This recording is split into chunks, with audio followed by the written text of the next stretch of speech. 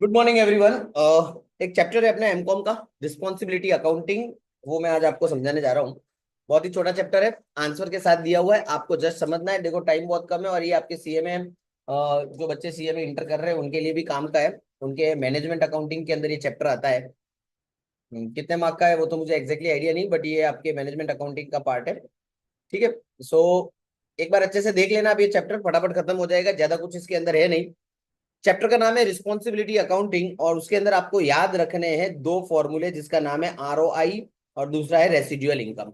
ROI का मतलब होता है return on investment, and return on investment का फॉर्मूला होगा आपका नेट प्रॉफिट अपॉन इन्वेस्टमेंट।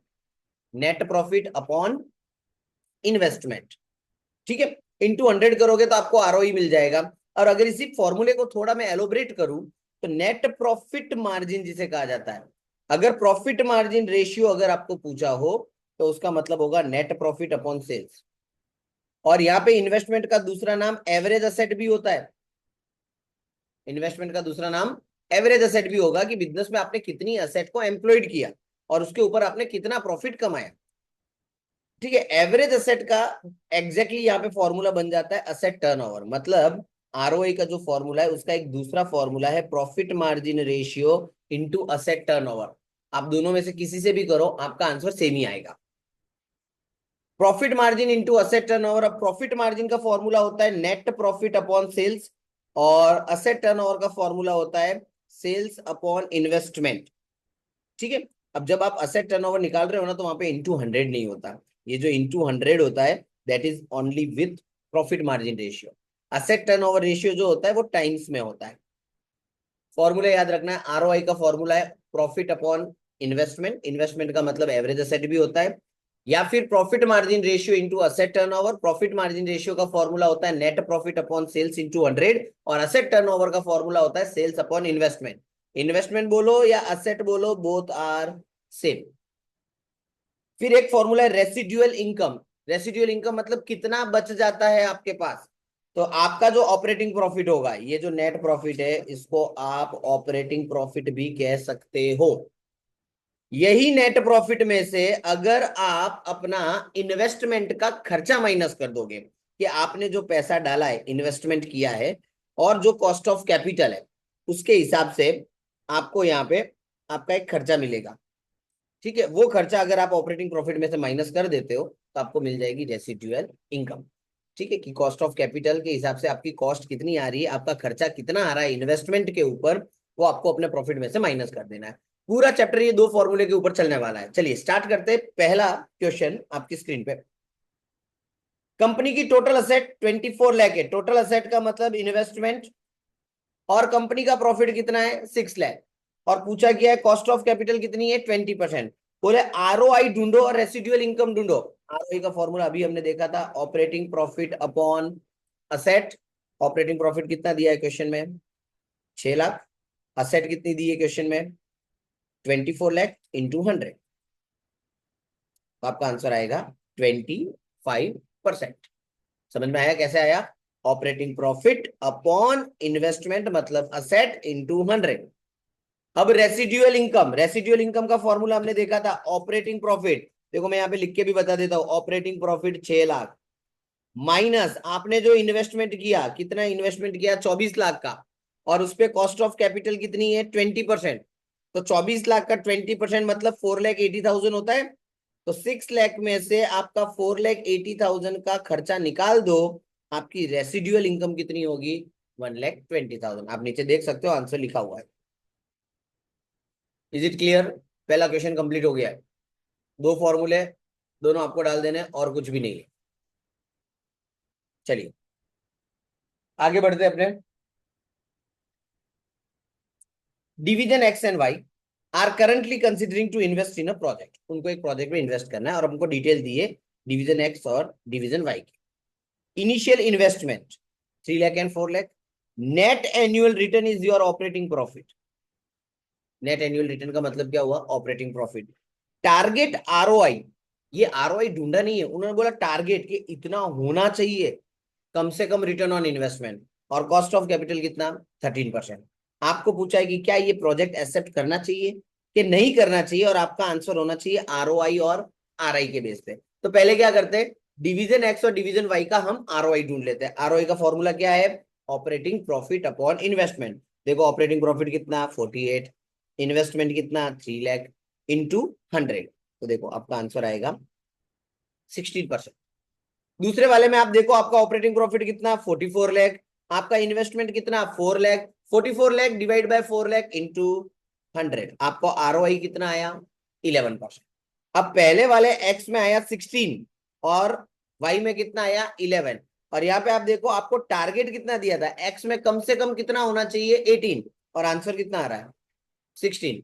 अगर आरओआई के हिसाब से डिसीजन लेना है तो डिवीजन एक्स का टारगेट आरओआई अचीव नहीं हो रहा है, तो यहाँ पे देखो मैंने लिखा है डिसीजन नो। जबकि आप डिवीजन वाई में देखो आरओआई का टारगेट कितना रखा था 10%, और आरओआई आया कितना 11%, मतलब यहाँ पे प्रोजेक्ट एक्सेप्ट करना चाहिए। चलिए दूसरा अपने को जो डिसीजन लेना है that is on the basis of RI.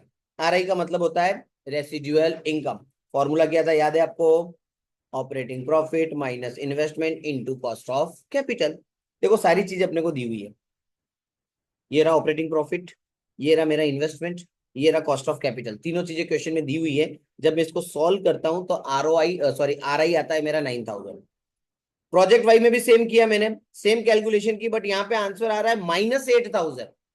Residual income हमेशा पॉजिटिव होनी चाहिए। अगर रेसिडुअल इनकम पे आप डिसीजन ले रहे हो तो प्रोजेक्ट एक्स जो है, सॉरी डिवीजन एक्स जो है उसमें यस आएगा, डिवीजन वाई में क्या आएगा नो। रीजन, डिवीजन एक्स आपको 9000 कमा के दे रहा है और डिवीजन वाई जो है वो माइनस में जा रहा है, मतलब वहां पे लॉस हो रहा है। क्लियर, आई होप सो दोनों क्वेश्चन आपको क्लियर हुए। चलिए 3 और 4 आपके लिए होमवर्क में है, आपको खुद सॉल्व कर देने। अब आते हैं क्वेश्चन नंबर 5 में, operating result of 3 division of the company are as follows. Just a minute.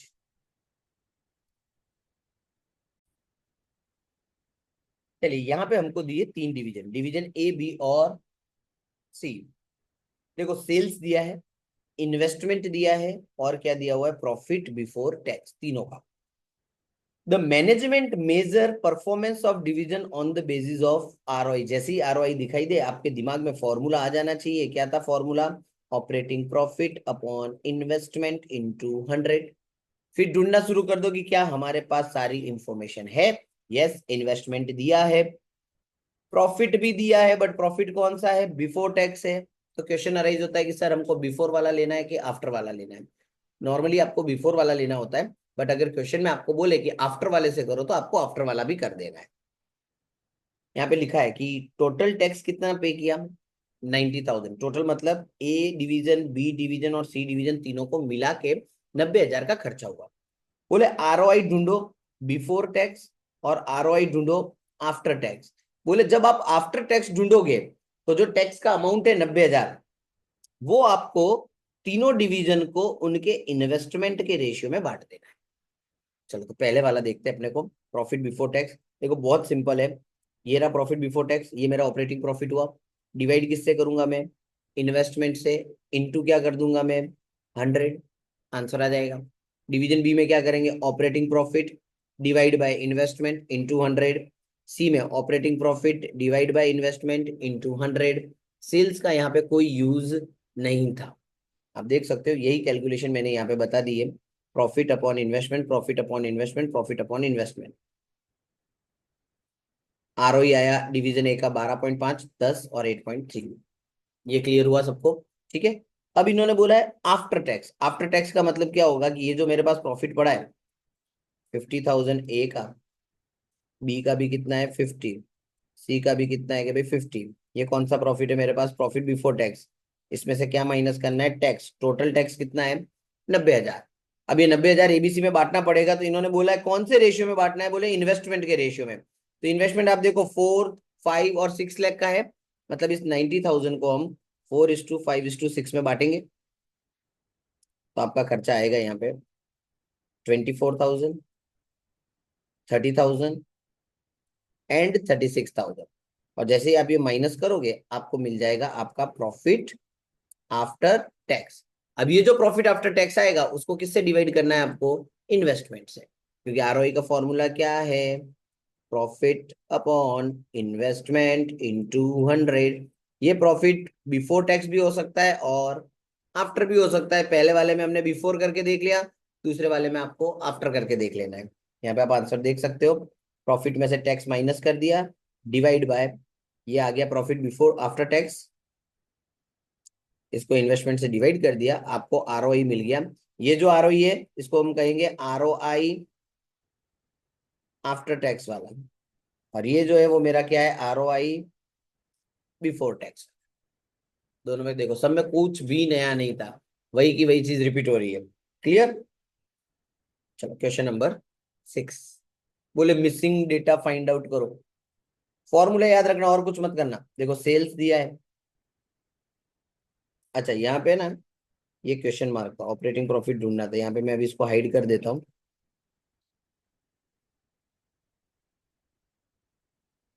ठीक है, आपको सेल्स दिया है, असेट दिए, आरओआई दिए, कॉस्ट ऑफ कैपिटल दिया है, आपको ढूंढना क्या है, तो बोले ऑपरेटिंग इनकम और रेसिडुअल इनकम ढूंढो। यहाँ पे आपको पूछा है ऑपरेटिंग असेट और कॉस्ट ऑफ कैपिटल ढूंढो। यहाँ पे आपको पूछा है ऑपरेटिंग प्रॉफिट ढूंढो और कॉस्ट ऑफ कैपिटल ढूंढो। ठीक है, इतनी चीजें हमको फाइंड आउट करनी है। देखो क्वेश्चन बहुत ही सिंपल है, बट अब आपको ढूंढना क्या क्या है, एक ऑपरेटिंग प्रॉफिट ढूंढना है, डिवीजन ए की बात करूं तो, और क्या ढूंढने को बोला है, रेसिडुअल इनकम। अब सबसे पहले ना आरओआई का फॉर्मूला लगाओ। आरओआई का फॉर्मूला क्या है, operating profit upon asset into 100। मैं डिवीजन ए का आपको करके बता रहा हूँ। देखो अब आपको क्वेश्चन में आरओआई दे दिया है कैलकुलेट करके 15%, तो मैं यहाँ पे लिख सकता हूँ 0.15। ऑपरेटिंग प्रॉफिट नहीं दिया हुआ तो मैं यहाँ पे लिख लेता हूँ ऑपरेटिंग प्रॉफिट। क्या डिवीजन ए में असेट दी, आप ध्यान से देखो असेट दी हुई है कितनी, 30,000, तो यहाँ पे डिवाइड में डाल दिया मैंने 30,000। ठीक है, इंटू 100 नहीं कर रहा हूँ क्योंकि मैंने यहाँ पे 0.15 कर दिया। अब ये 30,000 ऑपोजिट साइड में जाएंगे तो मल्टीप्लीकेशन में आ जाएगा, तो ऑपरेटिंग प्रॉफिट मिल जाएगा मुझे 30,000 इंटू 0.15, 4,500। समझ में आया? अब अपने को क्या ढूंढना है, नेक्स्ट क्वेश्चन मार्क किसमें है, रेसिडुअल इनकम है। तो देखो रेसिडुअल इनकम का फॉर्मूला डाल दो। फॉर्मूला क्या था, operating profit minus investment into केओ। ऑपरेटिंग प्रॉफिट कितना दिया हुआ है अपने को, अभी हमने फाइंड आउट किया 4,500। इन्वेस्टमेंट मतलब असेट कितनी दी हुई है अपने को, 30,000, तो यहाँ पे फॉर्मूले में डाल देता हूँ मैं इन्वेस्टमेंट में 30,000। केओ, केओ मतलब कॉस्ट ऑफ कैपिटल कितना दिया हुआ है, 10%। अब इसको सॉल्व करूंगा तो 4,500 माइनस 3,000, रेसिडुअल इनकम कितनी आई मेरी, 15 रुपए। कुछ नहीं करना था, फॉर्मूला डालो, जितनी इंफॉर्मेशन दी है वो डाल दो, आंसर मिलते जाएंगे। ठीक है, अब डिवीजन बी आप देखो। डिवीजन बी में आपको क्या क्या नहीं दिया, एक असेट नहीं दी और कॉस्ट ऑफ कैपिटल नहीं दिया। अगेन आप आरओआई का फॉर्मूला डालो। क्या था formula, operating profit upon investment या असेट इंटू 100। अब आपके पास देखो ऑपरेटिंग प्रॉफिट पड़ा है 25,000, असेट नहीं पड़ी तो असेट को एज इट इज कर दो, और आरओआई कितना दिया है, 10%।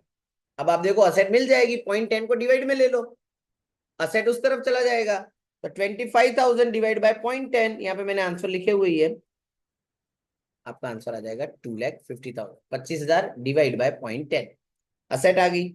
अब आपको क्या पूछा है, कॉस्ट ऑफ कैपिटल, ये मैं आपको करके बताता हूँ।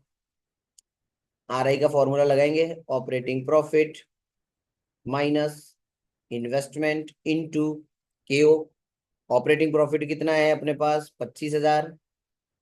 इन्वेस्टमेंट अभी हमने ढूंढा कितना है, 2.5 लाख। केओ अपने को ढूंढना है, केओ है नहीं तो केओ की जगह केओ लिख लेता हूं मैं। और अब देखो आप रेसिडुअल इनकम कितनी दी हुई है यहाँ पे, 5,000।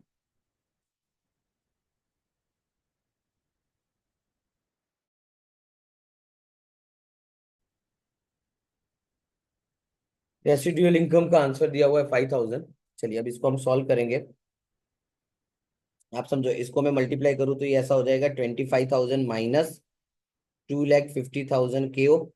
ओके, अब ये माइनस के जो 2,50,000 के ओ है उसको ऑपोजिट ले जाता हूँ तो ये हो जाएगा 2,50,000 के ओ प्लस वाला, और ये जो 5,000 प्लस के उधर जाएंगे तो माइनस हो जाएंगे, तो 25,000 माइनस 5,000, यहाँ पे मेरा आंसर आया 20,000, और यहाँ पे लिखा हुआ है 2,50,000।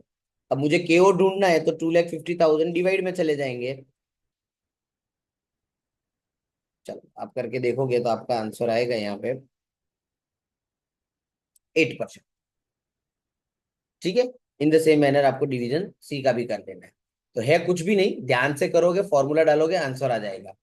चलिए, एक सेम क्वेश्चन मैंने आपको दिया हुआ है मिसिंग का, वो आप होमवर्क में कर लेना ताकि आपकी प्रैक्टिस हो जाएगी। आगे बढ़ते हैं। Total asset of garden silk mill limited is ₹50 lakh. Total asset का मतलब दूसरा इन्वेस्टमेंट। सेल्स दिया हुआ 80 लाख, प्रॉफिट आफ्टर टैक्स है 3 लाख, टैक्स रेट है 40%। Budgeted figure for the year 2014, 90 lakh का sale, profit after tax, total asset दिया हुआ है। If the budgeted figures are attained, what will be the change in ROI. मतलब आपको दोनों का आरओआई ढूंढना है, प्रेजेंट का और ये आपका जो बजट का डेटा है, दोनों का। लेकिन मैंने आपको पहले ही बोला था कि नॉर्मली आरओआई किस पे ढूंढा जाता है, प्रॉफिट बिफोर टैक्स पे। क्वेश्चन में बोला हो तो आफ्टर टैक्स पे करना है। अब यहाँ पे देखो आपको आफ्टर टैक्स दे दिया है, तो आपको आफ्टर टैक्स को किस में कन्वर्ट करना पड़ेगा, बिफोर टैक्स में। कैसे करेंगे देखना जरा यहाँ पे। चलिए, जैसे मैं नॉर्मल वाले को बताऊं, यहाँ पे 3 लाख का प्रॉफिट आफ्टर टैक्स है और टैक्स रेट कितना है, 40%। टैक्स कैसे कि निकालते हैं हम, प्रॉफिट बिफोर टैक्स में से टैक्स माइनस करते हैं तो हमको क्या मिलता है, प्रॉफिट आफ्टर टैक्स। अगर बिफोर टैक्स 100 है, टैक्स 40 है, तो आफ्टर टैक्स कितना हुआ, 60। आपको क्वेश्चन में आफ्टर टैक्स कितना दिया हुआ है, 3 लाख। तो कैलसी में करेंगे 3 lakh into 100 divide by 60। 3 lakh into 100 divide by 60। तो ये आपका आंसर यहाँ पे आ जाएगा 5 लाख। ये बिफोर टैक्स आ गया, मतलब अब आपको प्रॉफिट मिल गया। अब आरओई का फॉर्मूला क्या है हमारा, प्रॉफिट अपॉन इन्वेस्टमेंट। इन्वेस्टमेंट कहाँ गया, ये रहा आपका इन्वेस्टमेंट 50 लाख। तो 5 lakh divide by 50 lakh into 100, 10% हो गया। समझ में आया। सेम मैनर में आपको बजटेड का भी करना है, कोई फर्क नहीं है। क्लियर। चलिए नेक्स्ट क्वेश्चन की तरफ बढ़ते हैं। Question 7, 3 division ABC, operating profit investment देखो दोनों रेडीमेड दिए हुए। अगर मैं आपको पूछूं आरओआई तो सीधा आंसर है प्रॉफिट अपॉन इन्वेस्टमेंट। बोले find ROI of the all the divisions, तो देखो हमने ढूंढ लिया, profit upon investment, profit upon investment, profit upon investment, कोई चेंज नहीं। फिर उन्होंने बोला है कि अगर एडमिनिस्ट्रेटिव का खर्चा 12,10,000 है और वो आप तीनों डिवीजन में उनके इन्वेस्टमेंट के रेशियो में बांटोगे, तो बताओ आरओआई कितना। तो हमको क्या करना है पता है, ये 12,10,000 के 3 टुकड़े कर देंगे और प्रॉफिट में से माइनस कर देंगे, और माइनस करने के बाद जो प्रॉफिट आएगा उसको इन्वेस्टमेंट से डिवाइड कर देंगे। और कौन से रेशियो में आपको अलोकेट करना है, इन्वेस्टमेंट के। तो देखो 12,10,000, इन्वेस्टमेंट का रेशियो देखो 80, 150 और 375। 12,10,000 को मैंने 80, 150 और 375 में डिवाइड किया, तो ए का आया 160, बी का आएगा 3 लाख और सी का खर्चा आया 750। अब हमारा जो प्रॉफिट चल रहा है 640 चल रहा था, उसमें से आप एडमिन का खर्चा माइनस करके डिवाइड बाई इन्वेस्टमेंट कर। कोई खर्चा आया तो खाली प्रॉफिट में से माइनस करना है, देखो सब में वही किया हमने। तो खर्चा माइनस करने के बाद आपको आरओआई ये रहेगा। फिर तीसरे में पूछा इन्होंने कि अगर आपका इंटरेस्ट ऑन कैपिटल 10% है तो आपका आरओआई कितना। मतलब जो कैपिटल का मतलब यहाँ पे होता है आपने जो पैसा डाला है, इन्वेस्ट किया है, उस पर अगर आप 10% का क्या पे कर रहे हो, इंटरेस्ट पे कर रहे हो, तो इंटरेस्ट तो आपका खर्चा ही हुआ। जब खर्चा दिया है तो क्या करेंगे, प्रॉफिट में से माइनस। प्रॉफिट हमारे पास अवेलेबल है, देखो इसका खर्चा हम निकालते हैं। 80 लाख का इन्वेस्टमेंट है, इस पे 10% ब्याज देना है, तो खर्चा कितना हुआ, 8 लाख। 1.5 करोड़ का इन्वेस्टमेंट है, 10% ब्याज देना है, तो 15 लाख। 3,75,00,000 का इन्वेस्टमेंट है, 10% ब्याज देना है, 37,50,000। प्रॉफिट में से खर्चा माइनस कर दो, डिवाइड बाय इन्वेस्टमेंट। इसमें फर्स्ट वाला जो है उसका आंसर माइनस में जा रहा है क्योंकि उसका प्रॉफिट कम है और खर्चा ज्यादा है। बाकी दूसरे वाले में 10 और 6% आ जाएगा। Is it clear. चलिए, ये आपको होमवर्क में करना है, जो अभी मैंने आपको ऊपर करवाया था प्रॉफिट आफ्टर टैक्स वाला, वैसा का वैसा ही है। फिर अभी यहाँ पे देखिए आपको क्या दिया हुआ है, सेल्स दिया है, इन्वेस्टमेंट दिया है, ऑपरेटिंग प्रॉफिट दिया है। ये दोनों देखते ही आपके दिमाग में आ जाता है ROI, operating profit upon investment. लिखा ऑन द बेसिस ऑफ, अब ध्यान से पढ़ना, on the basis of ROI नहीं पूछा है, on the basis of operating profit पूछा है। तो इसको बाद में लेते हैं, बी वाला देख लो जो आप रेगुलर करते आ रहे हो, on the basis of ROI. ROI का मतलब ऑपरेटिंग प्रॉफिट अपॉन इन्वेस्टमेंट, ये रहा देख लो, ऑपरेटिंग प्रॉफिट अपॉन इन्वेस्टमेंट। ये आपका आरओआई आ गया। अब ऑपरेटिंग प्रॉफिट का तो आपको मैंने स्टार्टिंग में एक फॉर्मूला बताया था, आपको ले जाता हूँ वापस वही जहां से हमने शुरू किया था। ऑपरेटिंग प्रॉफिट रेशियो मतलब प्रॉफिट मार्जिन रेशियो, और प्रॉफिट मार्जिन रेशियो का फॉर्मूला क्या है? Operating profit upon sales into 100। ठीक है, ये इसका फॉर्मूला है। अब हमारे क्वेश्चन में जाते हैं, हमको क्या ऑपरेटिंग प्रॉफिट और सेल्स दिया हुआ है, तो आप देखो यस ऑपरेटिंग प्रॉफिट भी दिया है और सेल्स भी दिया है। तो यहाँ पे हम क्या फॉर्मूला यूज करेंगे? Operating profit upon sales into 100। आप देख सकते हो operating profit upon sales, operating profit upon sales, operating profit upon sales, ये भी हो गया। फिर बोला कि ऊपर में से कौन सा मोस्ट डिजायरेबल है, तो मोस्ट डिजायरेबल आरओआई माना जाता है, डिसीजन आरओआई के बेस पे लेना चाहिए। चलिए आगे बढ़ते हैं। एक मल्टीनेशनल कंपनी है, उसने कुछ फोरकास्ट किया है, प्रॉफिट बिफोर डेप्रिसिएशन, डेप्रिसिएशन दिया है, करंट असेट दी है, फिक्स असेट दी हुई है, कॉस्ट ऑफ कैपिटल दिया हुआ है। ये थोड़ा ऑड क्वेश्चन है, सो ध्यान से देखना। The division is considering to selling a fix asset with a net book value of 7,500, which after depreciation of rupees 600 generate a profit per annum 3,000। मतलब डिवीजन जो है वो एक असेट बेचना चाहता है, वो असेट जो है 7,500 की है, ठीक है, और वो असेट की वजह से डेप्रिसिएशन 600 रुपए का लगता था, और आप प्रॉफिट कितना कमा रहे थे? 3,000 रुपए। The proceed and subsidy from head office would be use to purchase a new machine. एक नई मशीन खरीदोगे आप कितने में? 20,000 में, और वो आपको कितना प्रॉफिट करके देगी? 6,000 का। डेप्री कितना लगेगा उस पर? 1,500 का। मतलब दो ऑप्शन दिए, एक पहले वाला जो असेट बेचनी है, और दूसरे वाला जो असेट हमको खरीदनी है। जो असेट मुझे बेचनी है उसकी बुक वैल्यू 7,500 है, और वो असेट मैं बेचूंगा, वो असेट मुझे कितना कमा के दे रही थी? 3,000। नई मशीन खरीद रहा हूँ, उसकी वैल्यू है 20,000, और वो असेट मेरे को कितना कमा के दे रही है? 6,000। तो बोले आप आरओई और आरआई ढूंढो अगर आप कोई भी असेट बेचते नहीं और रिप्लेस नहीं करते हो। मतलब ये वाला पैराग्राफ भूल जाओ और आरओई और आरआई फाइंड करो। और दूसरा पूछा है अगर मशीन बेच के नहीं खरीदते हो तो क्या। तो आप देखो ये वाला पैराग्राफ अगर हम भूल जाते हैं तो ऊपर वाले क्वेश्चन में आ जाते हैं।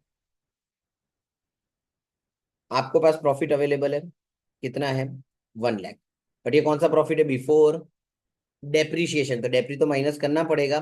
तो 1 लाख में से 25 माइनस किया तो कितना बचा?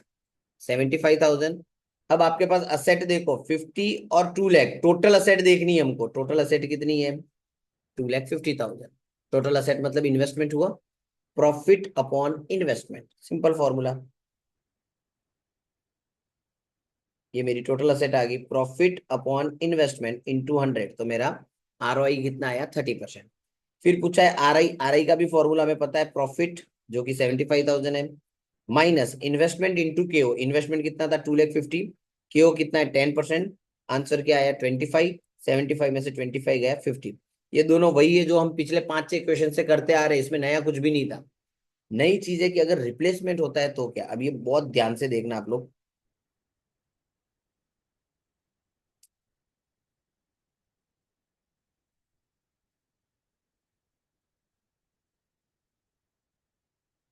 आप समझो आपका प्रॉफिट डेप्रिसिएशन माइनस करने के बाद, मतलब प्रॉफिट बिफोर टैक्स कितना चल रहा है? 75,000। अब अगर आप कोई मशीन बेचोगे तो बेचने वाली मशीन जो आपको कमा के दे रही थी वो प्रॉफिट तो अब आपको होगा नहीं। आप समझो 7,500 वाली एसेट बेच दी तो ये 3,000 का प्रॉफिट भी तो गया आपके पास से। तो मेरा जो प्रॉफिट 75,000 था उसमें से 3,000 का प्रॉफिट निकल गया। क्यों निकल गया? असेट ही बेच दी। सामने आपने खरीदी नई असेट, नई असेट खरीदी तो वो नया प्रॉफिट कमा के देगा आपको। नई असेट जो खरीदी वो कितना प्रॉफिट कमा के दे रहे हैं हमको? 6,000। तो यहाँ पे मेरा प्रॉफिट नया कितना आ जाएगा? 6,000। नेट हम करेंगे तो आंसर आएगा मेरा 78,000। असेट को बेच के नवी असेट खरीद रहा हूं तो मेरा रिवाइज प्रॉफिट कितना होगा? 78। अब सामने आप देखो आपके पास असेट पहले से कितनी पड़ी थी? 2,50,000 क्वेश्चन में दिया हुआ था, आप देखो 50 प्लस 2,00,000। अब अगर आप कोई असेट बेचोगे तो आपकी असेट कम हो जाएगी, और कोई असेट खरीदोगे तो आपकी असेट बढ़ जाएगी। आपने कितने की असेट बेची? 7,500 की। आपने कितने की असेट खरीदी? 20,000 की। तो जो आपने बेची वो इसमें से माइनस कर दो, जो आपने खरीदी वो आप इसमें क्या कर दो? प्लस कर दो। समझ में आया? चलो तो यहाँ पे अब मेरा आंसर हो जाएगा 2,62,500। ये मेरी असेट होगी, ये मेरा प्रॉफिट हो गया। अब अगर मैं आरओआई निकालता हूं तो क्या हो जाएगा? 78,000 डिवाइड बाय 2,68,500 इंटू 100। ठीक है, तो ये चेंजेस करने के बाद आरओआई आपका बदल जाएगा। यहाँ पे देखो मैंने वर्किंग की हुई है, और आरआई भी अकॉर्डिंगली आपका क्या हो जाएगा, चेंज हो जाएगा। चेंज क्या करना है, असेट क्या चेंज हुई वो मैंने आपको लिख के बता दिया, प्रॉफिट कितना चेंज होगा वो भी मैंने आपको बता दिया। ठीक है, चलिए फिर दैट्स इट। ये आपका रिस्पॉन्सिबिलिटी अकाउंटिंग नाम का चैप्टर जो है वो समाप्त हुआ। अब आप सारे क्वेश्चन इसके कर लेना विथ होमवर्क, और आपके नोट्स के क्वेश्चन भी आप कर लेना। ओके, चलिए बाय बाय।